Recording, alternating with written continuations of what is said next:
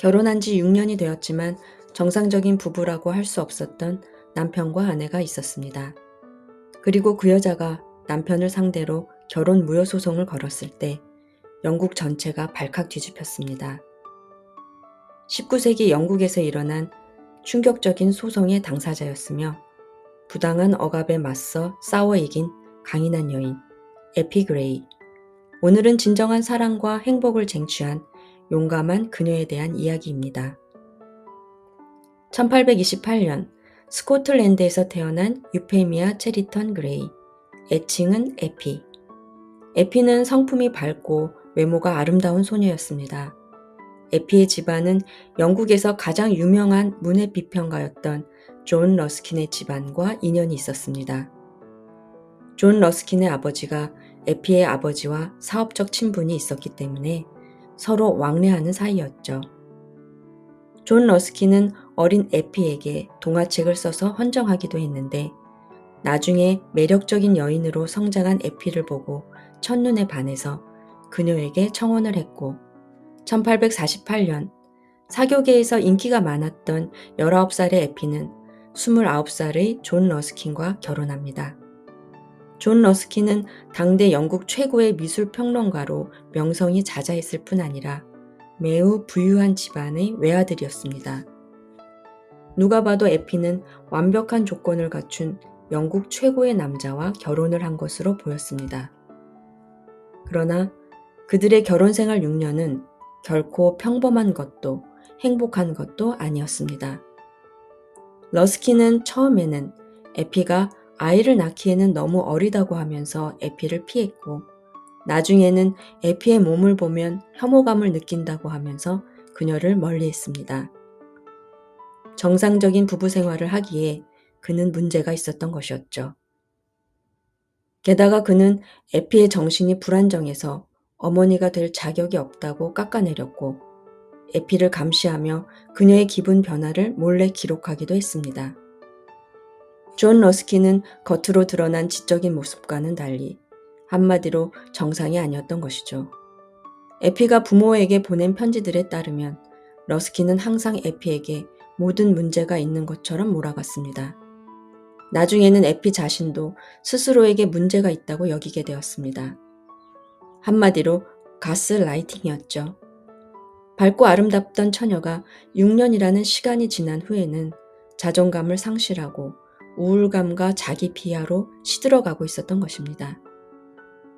그러나 지금과는 달리 19세기 영국에서는 이혼은 생각조차 할 수 없는 일이었습니다.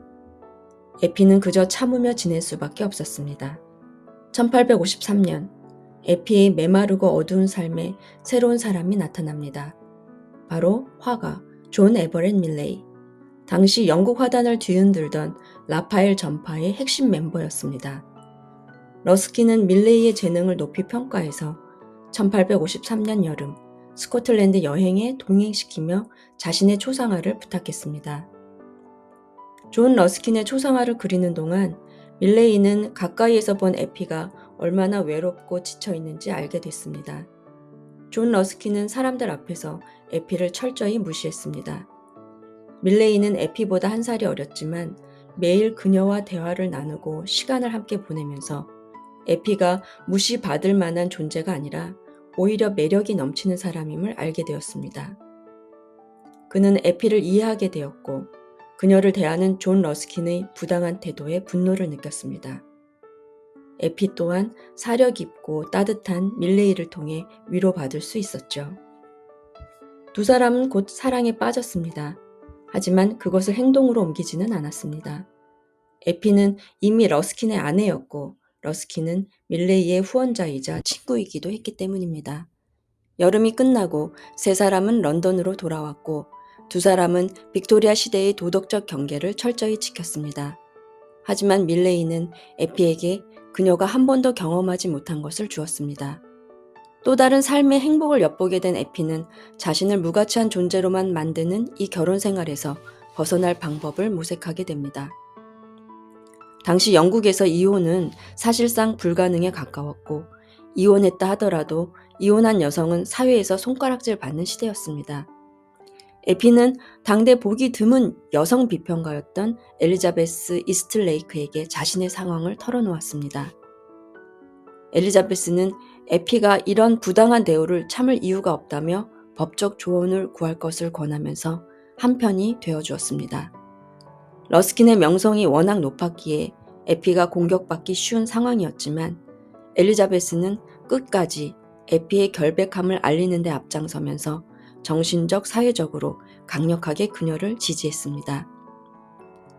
1854년 에피는 마침내 이 결혼 생활에서 떠날 결심을 행동으로 옮깁니다. 그녀는 아버지에게 러스킨의 거부, 정서적 학대, 시부모의 통제 등 6년간의 불행했던 결혼 생활을 낱낱이 적어보냅니다. 딸의 사정을 알게 된 그녀의 아버지는 즉각 행동에 나섰습니다. 엘리자베스와 아버지의 도움을 받아 에피는 이혼이 아니라 결혼 무효를 신청하기로 합니다. 완성되지 못한 결혼, 이것이 법적으로 결혼 무효를 신청할 수 있는 근거가 되었습니다. 상대는 영국에서 가장 영향력 있는 인물인 존 러스킨. 실패하면 에피는 사회적으로 완전히 매장될 것이기에 소송에서 반드시 이겨야 했습니다. 그녀는 자신의 가장 내밀한 사생활을 세상에 폭로하고 자신이 처녀임을 공개적으로 증명하기로 결심했습니다. 잠깐 상상해 보시겠어요? 자신의 가장 은밀한 신체를 남성 의사 2명에게서 검사받는 것을요. 그러나 에피는 법원이 지정한 의사들에게서 처녀성을 검사받는 굴욕적인 과정을 기꺼이 감내했습니다.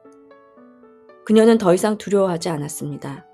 밀레이와의 사랑을 통해 느낀 삶의 희망을 통해 자신의 운명을 바꾸기로 한 결심을 단호하고도 용감하게 행동으로 옮긴 것입니다. 1854년 7월 마침내 법정에서 결혼 무효 판결이 내려집니다. 재판에서 러스킨은 결혼이 성립되지 않았음을 부정하지 못했습니다. 법원은 불치의 성적 무능을 사유로 혼인 무효를 선언했고 러스킨은 결국 판결을 받아들였습니다. 마침내 에피가 완전히 승리한 것입니다. 러스킨의 명성은 심각한 타격을 입었습니다. 에피는 이혼녀라는 낙인 대신 법적으로 처녀의 신분을 회복했고 결혼할 수 있는 권리를 되찾았습니다. 물론 엄청난 스캔들의 주인공으로 사람들의 입방아에 올랐죠. 결혼 무효 판결이 나고 1년 후인 1855년 그녀를 정서적으로 지원하고 기다려주었던 존 에버렛 밀레이와 결혼했습니다. 두 사람의 결혼 생활은 매우 행복했습니다. 밀레이가 가족을 모델로 그린 그림들을 보면 그가 얼마나 애정이 깊고 가정적인 사람인지를 잘 알 수 있습니다. 존 러스킨이 법정에서 에피에게 했던 주장이 얼마나 가당치 않았는지 증명이라도 하듯 그들은 자녀를 8명이나 낳았죠. 그리고 평생 서로 존중하고 사랑했습니다. 에피가 밀레이와 이룬 가정은 행복으로 충만했던 것입니다. 에피 그레이의 이야기가 흥미로운 건 충격적인 스캔들 때문만이 아닙니다. 빅토리아 시대의 여성은 가정의 천사라는 역할을 다해야 했습니다. 스스로 불행한 결혼을 끝낼 수 없는 시대였습니다.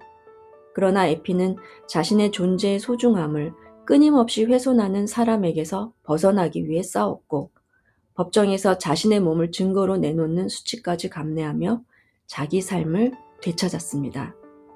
우리는 그녀를 통해 여성의 자유, 존엄, 그리고 사랑과 행복을 찾아가는 용기 있는 여정을 볼 수 있는 것입니다. 누군가 나를 가스라이팅할 때, 누군가 나의 정체성을 위협하고 삶을 망가뜨리려 할 때, 우리는 에피를 떠올릴 수 있을 것입니다. 그리고 누군가 절망 속에 있을 때, 에피의 곁에서 그녀를 도왔던 사람들, 그녀의 아버지, 그녀의 연인 밀레이, 그녀의 친구 엘리자베스를 떠올릴 수 있을 것입니다. 우리는 각자 에피가 혹은 에피의 탈출을 도왔던 사람이 될 수도 있을 것입니다. 오늘 에피 그레이 이야기 재밌으셨나요? 들어주셔서 감사합니다.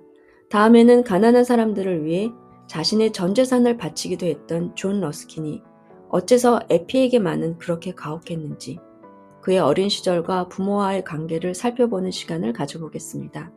구독과 좋아요, 알림 설정으로 2부를 기다려주세요. 감사합니다.